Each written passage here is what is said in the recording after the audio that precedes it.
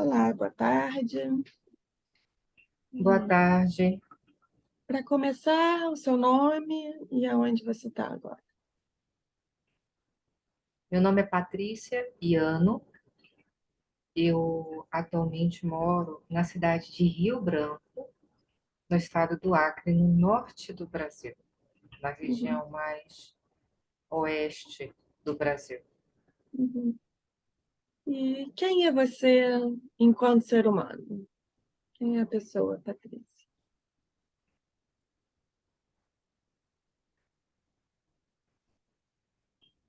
Eu me vejo como alguém que perseverou, que tem motivação, energia para realizar e buscar realizar coisas que eu considero importantes e com sentido. Uhum. É, o que que você considera que seriam os valores mais centrais para você? Suas coisas são mais importantes e como é que você percebe que você sustenta esses valores na sua vida? Responsabilidade, e penso a responsabilidade numa perspectiva da gestalterapia, da responsabilidade enquanto uma habilidade em dar respostas, em Uhum, responder, em ter atitude. Para mim, a atitude, né, a responsabilidade, que é uma atitude, é algo muito importante.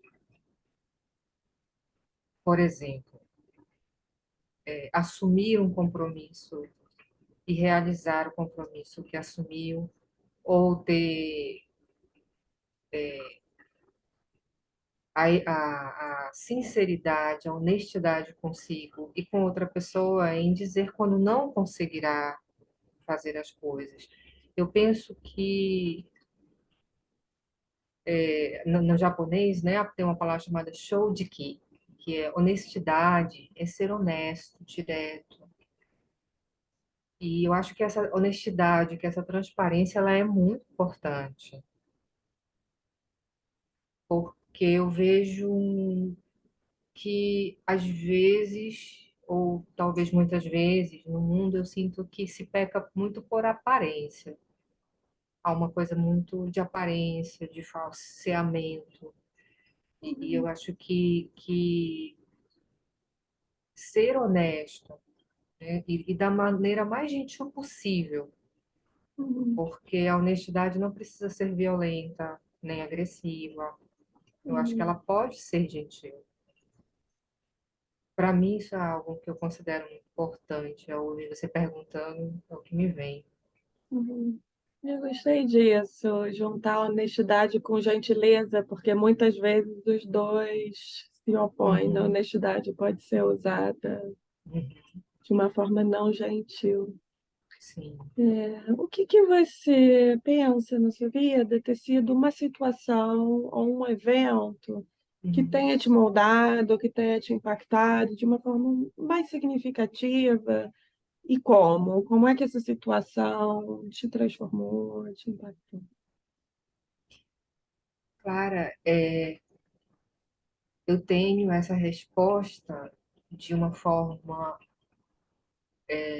muito acessível, né, que é aos 16 anos, quando no dia 31 de março, de 30 de março de 1990, eu migrei para o Japão com minha mãe japonesa e minha irmã, que ainda era bem pequena à época, tinha 6 anos, e minha avó. As demais pessoas da família dela estavam lá já trabalhando. E isso que aconteceu lá há 32 anos foi o meu grande encontro com a vida, com uma Uhum. nova vida, com um novo ciclo.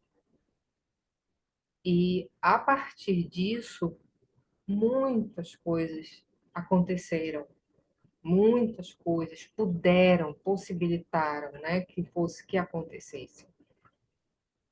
Então, esse foi o grande marco da minha Uhum. vida. Você consegue, Teria sido hum, muito, muito, muito diferente, muito, muito mesmo, se não tivesse acontecido isso. você consegue dizer como que essa situação te impactou, te transformou, te moldou de alguma forma? Sim, como eu significo, né? Qual o sentido que eu dou para isso? É essa história, uma história que está sempre comigo e eu vi ela, assim, eu já a vi por várias perspectivas, né? Hoje eu vejo assim, poxa, naquela época a gente morava no Pará, né? A gente é de, nossa família nipo brasileira, nossa família japonesa era de lá, do Pará. Eu sou de lá. E eu morava no interior, né, com um dos meus avós e nós tínhamos uma vida de muita dificuldade. E apesar de ter uma vida de muita dificuldade, a gente tinha uma vida muito simples, mas os meus avós e minha mãe, apesar de pouquíssimos recursos financeiros que tinham, né, meus avós eram agricultores e minha mãe, ela era uma mãe solo, né? Apesar de pouquíssimos recursos, eles nunca abriram mão da educação. Então, eu estudava na escola que era a melhor escola. Eu era obrigada e tinha que estudar uma língua estrangeira. Eu era obrigada mesmo, porque ela dizia: você não pode ter só uma língua, você tem que saber falar outra língua. Então, eu já sabia falar japonês, aí fui para a escola japonesa, depois eu comecei a estudar inglês. E vejo hoje quanta riqueza eu tive mesmo dentro daquela situação de tanta simplicidade. E aí, como é que isso se conecta à história do Japão? Quando eu fui para o Japão, eu tive os recursos que eu não poderia ter se eu tivesse ficado aqui, Uhum. né? Ainda adolescente, mas eu pude trabalhar e eu pude, então, conhecer mais coisas, ter mais acesso à cultura, à informação, né? Lembrando que naquela época, 1990, a gente não tinha internet ainda, né? Que é uma Uhum. coisa que se popularizou nessa década, mas mais para frente. Uhum. Então, lá no Japão, eu pude ver um mundo onde tinha mais acesso a coisas, Uhum. né? E tinha mais informação e mais cultura, e eu fui aprender mais coisas, eu pude viajar, e eu pude conhecer muitas coisas que me ajudaram a florescer o que estava em mim, né? A gente pensar assim, todas as pessoas nascem e têm os mesmos direitos. Eu acho que isso é uma grande fantasia, né? Às vezes a pessoa nasce com uma condição, tem tanto potencial, mas o lugar que ela está não é muito fértil. Uhum. E quando eu fui para o Japão, eu encontrei um lugar que me possibilitou é, era fértil, né, para eu Uhum. conhecer, sobre conhecer mais, olha, como funciona o mundo, como é que o mundo está dividido, né, entender um pouco de geopolítica, entender um pouco mais de cultura, de diversidade, e isso foi algo que o Japão me possibilitou. Uhum. Entendi. É, e uma outra pessoa? Você consegue identificar uma pessoa que tenha tido esse impacto grande na sua vida enquanto ser humano? Eu tive algumas. Eu tenho uma que eu acredito que essa foi muito especial por muitos motivos. mas eu tive muitas. E costumo dizer e pensar, eu acredito que quando a gente vivencia muitas dificuldades, aparecem em mim muitos anjos também, ou alguns anjos, né? E eu tive pessoas muito especiais, muito especiais. A mais especial de todas, para mim, foi a minha avó Tomie Yana.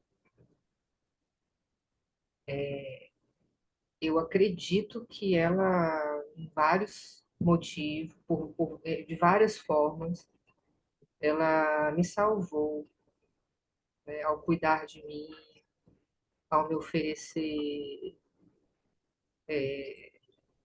ao pegar as enciclopédias, né? Tinha enciclopédia colorida em casa e ela não sabia ler português. E ela olhava as figuras e ficava me contando as histórias da Grécia, da Roma, dos animais, das invenções. E assim, uma criança, eu assim, com 5 anos eu conhecia, graças à minha avó, assim, lá no interiorzão, né? Ela pegava a enciclopédia e via a figura e contava a história. Essa aqui é Florence Nightingale e ela foi uma pessoa assim, assim tal, sem saber o que estava escrito ali, mas tinha uma figura, então ela sabia, essa é a Florence, né? E ela foi contando, ela ia contando as histórias. Então, a minha avó foi a minha primeira, ou a grande, primeira e grande influência na vida. Além de conhecimento, ela tinha simplicidade e elegância. Ela era muito elegante, cuidadosa, amorosa. Ela era uma pessoa diferente, única. Não acho muito comum encontrar pessoas como ela. Ela realmente foi uma pessoa muito especial. Até o fim da vida, ela lidou com o fim do ciclo dela, né? De uma maneira tão natural que é difícil encontrar alguém que tenha essa atitude diante da vida. Uhum. Então é ela. Ah, bom. Avó transmissora de conhecimento. Muito. É, como é que você vive, vivencia ou experimenta o seu gênero?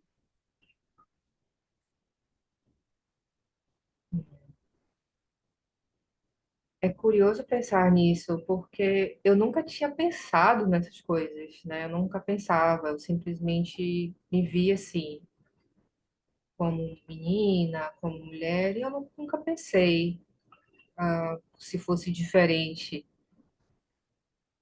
Ser mulher, sem dúvida, é muito difícil, ou muito mais difícil do que ser homem. Talvez eu esteja enganada, mas eu acho difícil, especialmente por algumas situações. Por exemplo, no Brasil, vejo que muitos homens não respeitam as mulheres na rua.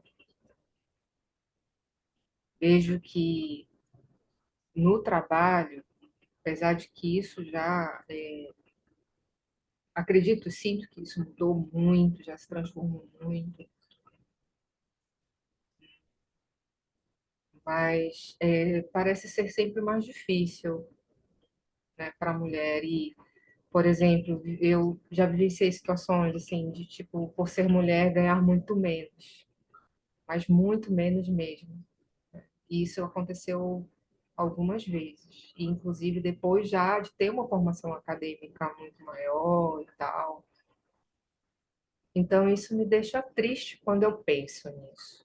Uhum, Mas para chegar, eu não, eu acredito que eu tenha desligado isso, sabe? Simplesmente eu disse, uhum, preciso seguir e não pensar nisso. Eu preciso seguir. Agora, ao parar para pensar, de fato, a vida é muito dura, ou mais dura com as mulheres. Talvez eu esteja exagerando, mas acho que não. Sinto que a vida é mais dura com as mulheres. Uhum. E com relação à sua idade, como é que você vivencia a sua idade nesse momento da sua vida? Eu tenho 49, ano que vem é um ano muito especial para mim, eu faço 50. Eu não tenho nenhuma dificuldade em falar isso, porque sinto que vivi muita coisa, tive qualidade nessa vivência, talvez até influenciada por esse espírito da minha avó, de querer, de, de estar no ciclo da vida e compreender, né, essa finitude, a impermanência como algo que é parte, que eu posso fazer o melhor possível no meu ciclo, mas não há outro caminho. Ele vai um dia encerrar. Eu sinto também estranhamento às vezes, porque 50 anos, né, que eu vou fazer, eu penso, mas às vezes eu me vejo como uma menina. Eu não sei o que que é ter 50 anos, né? Assim, como as pessoas veem as pessoas com 50. Mas eu me sinto hum, como se eu tivesse 20 ou como se eu tivesse, não sei. Eu acho que em algumas coisas eu me sinto até com 10 anos, outras eu sinto que eu tenho 20, outras eu sinto que eu tenho muito mais de 50. É Uhum, estranho, é uhum. um pouco estranho isso. É, eu acho que eu vivencio. De vez em quando parece que eu tenho 10, de vez em quando parece que eu já tenho 80. Uhum. Com relação a privilégio e poder, como é que você experiencia privilégio e poder na sua vida? Como é que isso me chega? Já, como é que você experiencia, mas como é que você pensa também, se você quiser expandir? Hum, Privilégio e O poder. que eu penso, assim, quando eu penso privilégio e poder, eu vejo o Brasil como um país injusto, muito injusto, onde poucas pessoas, algumas poucas pessoas têm privilégios. E às vezes o poder também não está nas mãos de pessoas que lutaram por isso, né? Assim, que dedicaram sua vida, que se esforçaram, que pensam no coletivo. E nesse sentido, eu sinto tristeza, porque talvez o fato de eu ser mestiça, né, ter morado 13 anos fora do Brasil, no Japão, eu nunca talvez vá perder esse olhar de meio de fora também. Hum, Porque apesar de eu ter ido embora do Japão, mas eu estou sempre lá, de alguma forma, né? Ou de hum, vez em quando também vou, minha filha mora lá, eu tenho uma única filha que mora lá. Então, assim, eu tenho minha irmã que mora lá. Então, eu tenho essa visão dos dois países e as sensações como se eu estivesse nos dois países. E quando eu vejo o Brasil, eu acho o Brasil um país muito injusto e onde poucas pessoas têm privilégios que a maioria não tem. Isso é triste, né? Eu acho triste ver isso. Poder, para mim, também tem uma outra forma de poder, que é o poder dentro daquilo que eu posso. É conhecimento, né? Que é conhecimento, que é liberdade. Eu penso que o conhecimento é uma forma de poder, e uma forma de poder que pode ser muito positiva para mim, para outra pessoa, não um poder ruim, mas um poder criador. Uhum. É, ok. Agora a gente começa a falar da Gestalt terapia. Como é que você encontrou a Gestalt? Como é que teve esse primeiro encontro com a Gestalt terapia?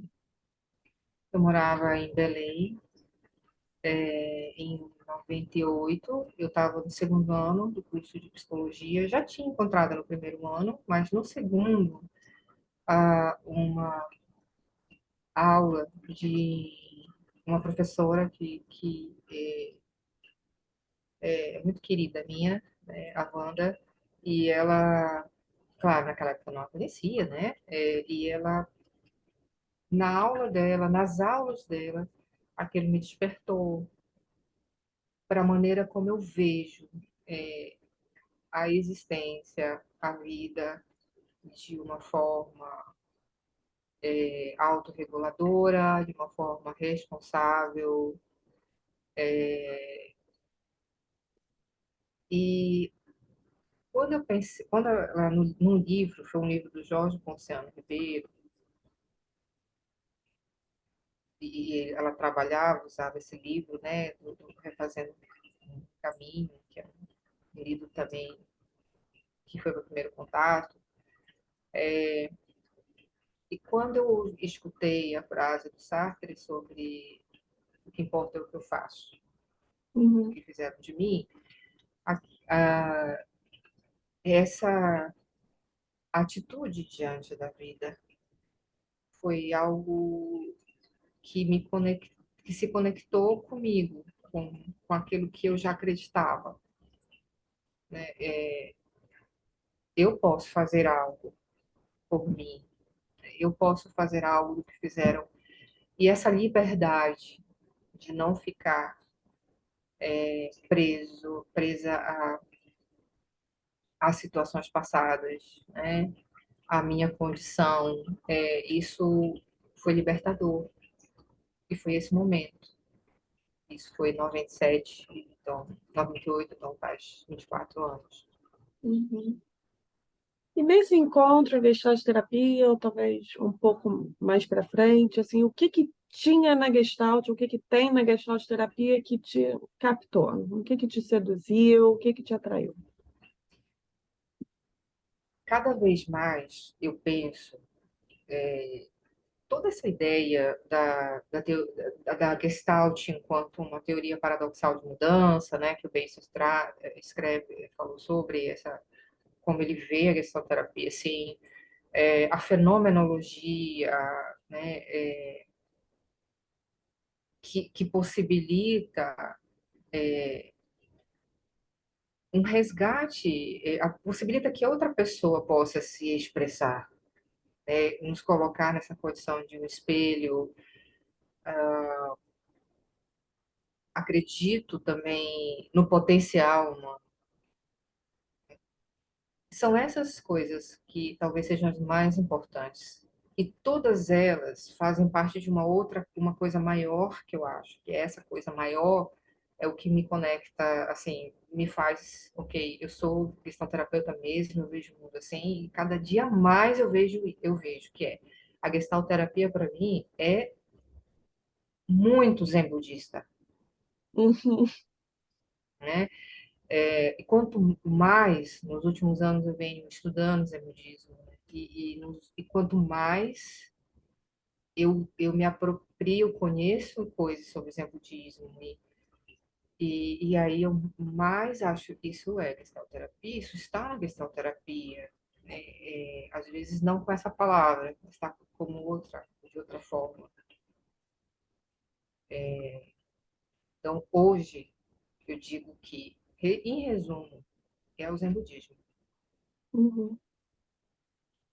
É, com relação ao seu trabalho, como que você usa a Gestalt terapia? Qual é a sua prática? O que que você faz? Assim, qual é a essência do seu trabalho? Quais são as várias facetas do que você faz? Eu sou professora desde 2004, comecei ensinando meu curso. Primeiro foi uma escola brasileira no Japão, depois fui para a faculdade lá no Japão, ser professora numa universidade na cidade de Nagoya. Na época eu estava fazendo doutorado lá, né, na Nagoya City University. Eu fiz a minha formação no Japão, né, a pós-graduação. E, então, é desde de lá que eu venho, eu acredito que a gestalterapia, primeiro, enquanto estar, forma de estar. Essa forma, eu falo que é como o Zen budismo fala da forma, da modulação, de como eu estou no mundo. Então, é essa forma, né, que é uma gestalt, que é uma e essa forma, tem muita influência de estar como professora em vários momentos, em lugares diferentes, muito diferentes, inclusive, em vários sentidos. A Gestalt esteve comigo. A forma de escutar, de a espontaneidade, né? Um resgate, uma valorização da espontaneidade, da criatividade, a arte, a arte, né? A expressão daquilo que existe, que está a arte. Isso é muito importante para mim e acredito que essa parte está presente o tempo todo. Sempre esteve, desde o meu início do trabalho como professora. Atualmente, nos últimos anos, né? Depois voltei para o Brasil em 2009 e aí comecei a trabalhar como professora aqui no Brasil. Aí vim para cá, para Rio Branco, estou há 13 anos aqui e em Rio Branco, eu trouxe a gestalterapia. Não sei se essa é não sei se é o melhor verbo, mas é que assim, na época era a primeira turma de psicologia que estava iniciando numa faculdade aqui, e eu vim e me interessei pela proposta de estar nesse lugar pioneiro. Isso era Uhum, muito atraente para mim, de desbravar, que eu acho que isso tem um pouco dessa minha energia de querer fazer algo novo e eu queria estar nesse lugar. Então essa foi o primeiro chamado para Capim Branco foi essa situação. E lá eu fiquei nessa faculdade por um tempo. Essa primeira turma se formou, eu tenho inclusive amigos dessa primeira turma até hoje, né? E nessa primeira turma nós iniciamos a nossa primeira clínica de psicologia do Estado, né? O serviço de psicologia do Estado. E lá, a gente inaugurou no dia 9 de setembro de 2009, e no dia seguinte eu comecei o grupo de gestalterapia. Foi o primeiro, né? Então, eles não conheciam a gestalterapia, e muitos deles se interessaram pela gestalterapia, e desde lá nós temos o nosso grupo de estudos até hoje, o GEGT, né? E desde lá eu tenho sido professora de teorias e técnicas psicoterápicas, eu ensino gestalterapia, eu sou supervisora desse estágio, além de ser professora de psicopatologia também, que é uma das minhas áreas, uhum, porque meu uhum, doutorado foi em clínica, né? Então, eu tenho interesse, assim, gosto e tenho facilidade, né, no estudo de psicopatologias. Então, são essas as minhas áreas. uhum. E gestalterapia dá presente mais, assim, no meu trabalho. Como que a Gestalt te afetou enquanto pessoa, enquanto ser humano? Eu acredito que totalmente. Como eu disse para você, né, Clara, para mim, gestalterapia é zen budismo. É muito próximo ao zen budismo. E no zen budismo, a gente fala assim, é um caminho. Existe um conceito zen que é o do, que é do caminho. Então, as artes marciais seguem dons, né? Por exemplo, o jiu-jitsu, é jiu-jitsu do karatê, o karatê do. Então, existem dons que são caminhos. E caminhos são formas para a gente chegar a algo, um desenvolvimento, para um caminho de desenvolvimento, né? Um caminho de aprender. Para mim, a gestalterapia é uma gestalterapia do, ou é a gestalterapia do, é um caminho. Não há como ser gestalterapeuta, e não ser em outros momentos. E isso talvez porque a gente não está focado na técnica, na terapia como um instrumento para chegar em um determinado lugar, mas, mas dela de uma forma processual, Uhum, de uma forma estética, de uma forma, né, sentida e processual. Então, isso é o do. O do, ele não tem assim, olha, você tem que chegar nesse lugar aqui. Mas é que no caminho, nesse caminho que é orientado, né, por determinados pensamentos, visões, nesse caminho, nesse processo, nós vamos sentindo e nós vamos, então, algo acontece, né? Algo acontece. Mas a gente não fica dizendo que quer que aconteça A ou B, né? Está aberto ao que acontece. Então, para mim, a gestalterapia ela é como uma gestalterapia dor, é um caminho. uhum. Esse algo que acontece que a gente muitas vezes não tem nem como dar nome, né? Acontece alguma coisa ali. A gente Sim. vê, a gente sente, a gente percebe. O que que foi? Aí eu Uhum. já não sei. Às vezes não consegue nomear. Não E consegue não nomear. precisa Não nomear. precisa. Eu penso assim. É, você se sente fazendo parte de uma comunidade de gestalt terapeutas, de gestalt terapia? Eu sinto, eu sinto Uhum, sim. Quando eu digo que eu sinto, eu não quero dizer que nós somos parecidos. Eu acho que tem diversidade. E é isso que também é parte de ser comunidade. É de ser diferente. Mas esse caminho, né, que eu falei há pouco, né, esse processo traz muitas coisas que são comuns, ou que são bases para nós.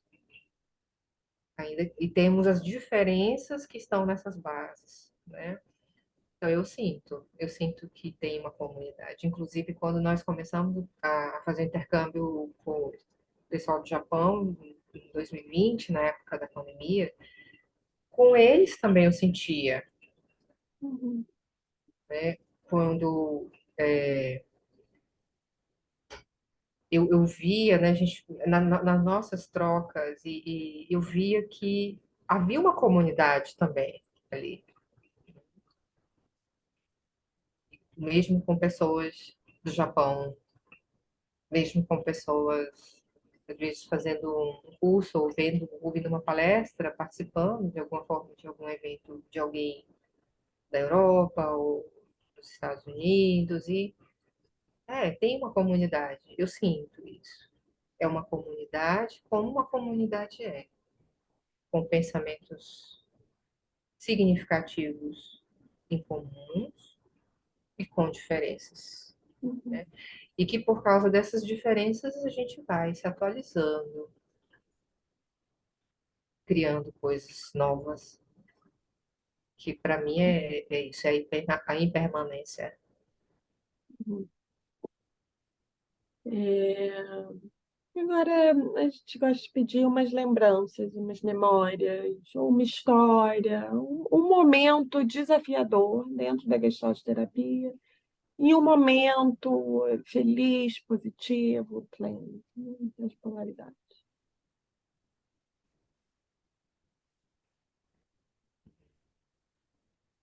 as duas coisas estão juntas para mim, desafio e alegria e felicidade, né? Eu vejo dois momentos. O primeiro grande desafio foi fazer o sétimo encontro Norte-Nordeste aqui na cidade de Rio Branco, 2017.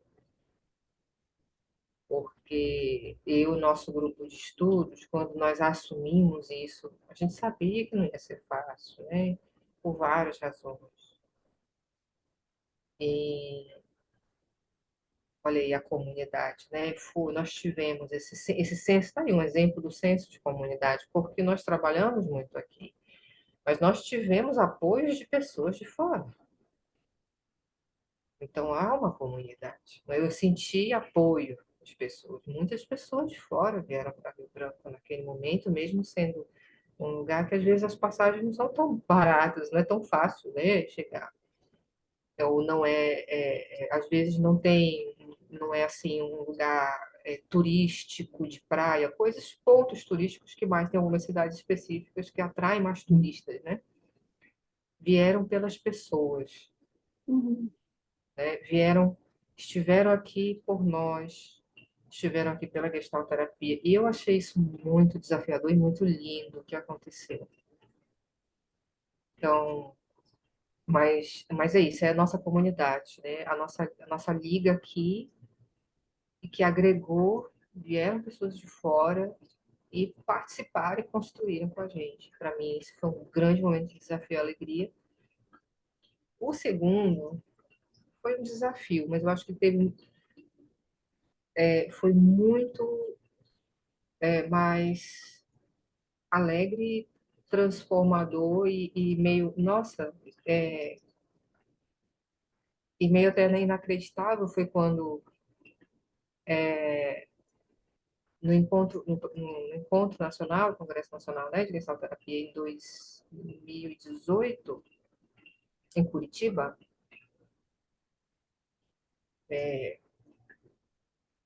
eu fui convidada pelos organizadores, especialmente naquela época ali, estava o Lázaro, né, dizendo se eu queria vir para representar o Norte, porque ele ia fazer a representação regional. E aquilo para mim foi, nossa, eu fiquei assim, em primeiro momento, chocada, né? Nossa, né? Eu fazer. E foi uma experiência muito linda para mim, porque quando eu estive naquele lugar, naqueles breves minutos, naquela minha fala, e vi aquele auditório lotado, e senti assim, poxa, estão pessoas aqui que eu li, que eu estudei, e que eu não estaria aqui sem eles, sem o que eles escreveram, sem o que eles ensinaram. E quando eu pude olhar para aquelas pessoas ali, falei, nossa, né, que coisa grande isso que está acontecendo agora. Foi o que eu senti naquele momento, né? Eu penso que esse foi o grande momento, considerando a gestalterapia, né? Assim, dentro da gestalterapia, da vida, da vida, foi defender o doutorado em japonês. Esse foi o grande desafio da minha vida. Escrever a tese em japonês, defender a tese em japonês, ser a única mulher a receber, naquela época, lá no nosso centro, título de PhD, né? É, de Humanidades e sobre Ciências Sociais na Universidade de Cidade de Nagoya, foi, foi o grande desafio da minha vida. Eu não sei dizer como eu consegui fazer isso.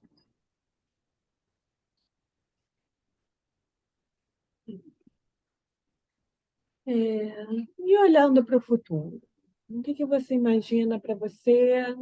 pela frente e para Gestalt terapia do Uhum, futuro? O que você vê assim que está por vir? Ou o que você gostaria que uhum. tivesse para ver? Para mim, eu penso, bom, já tenho alguns anos de trabalho pela frente, né? Provavelmente alguns muitos anos ainda. Eu estou na Universidade Federal, vou fazer 10 anos ano que vem, né? Como professora, tenho uma longa carreira ainda.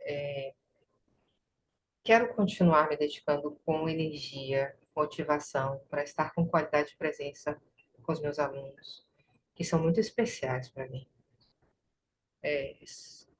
E eu imagino que eu vou, eu vou cada vez mais. Eu não sei se isso vai acontecer, mas é uma imagem, né? Assim, não sei se isso vai realmente acontecer. Mas eu fico pensando assim, ai, será que eu acho que eu vou diminuindo um pouco o passo e outras pessoas vão vindo e assumindo esses espaços, né? Uhum, Eu não sei se é assim que acontece, mas é uma imagem que eu tenho, né? uhum, Desse ciclo, da uhum, impermanência e tal. E para a gestalterapia, eu imagino, sinto que a gestalterapia ela é muito necessária, e a gente atualmente, quando eu vejo de dentro da ABG, né, da associação, experienciando isso, esse crescimento, eu vejo as pessoas mais interessadas, eu vejo a ABG crescendo, e isso me indica que a gente está em crescimento. E eu que tenho uma outra informação também, é que a gestalterapia brasileira ela está crescendo em muitas áreas. Que isso já vinha acontecendo, né? Isso não é novinho, não é de agora. Mas eu acho que agora meio que catalisou a coisa, sabe? Meio que acelerou um pouco. E a gente está vendo mais áreas, né? Então, estão saindo obras em áreas que não tínhamos, né? Antes não falávamos, nós não acessávamos, não olhávamos. E isso me parece muito legal. uhum. Diversificando, né, as áreas de pesquisa, de conhecimento. Sim, Uhum. sim. Ok. Essas são as nossas perguntas de sempre, né? Ficou alguma Uhum. coisa que você gostaria de acrescentar? Alguma coisa que você gostaria de dizer que eu não perguntei, ou que você gostaria de poder compartilhar?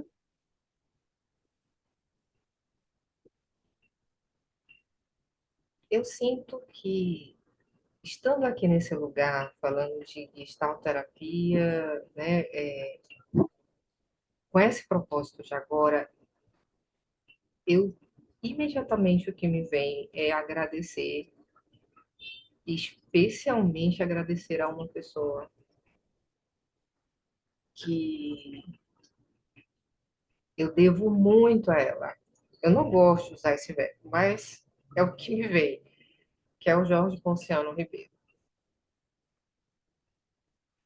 E eu sou apaixonada por ele, né? De energia, ele é a minha grande inspiração, a inteligência, o amor que ele tem por tudo que ele é e portanto, que ele me deu e me passa até hoje. Então, o que me vem assim é, eu não posso estar aqui falando de gestalterapia no Humans in Gestalt sem dizer, Jorge Ponciano Ribeiro, gratidão por tudo. Ok, ok. Ficamos por aqui, então.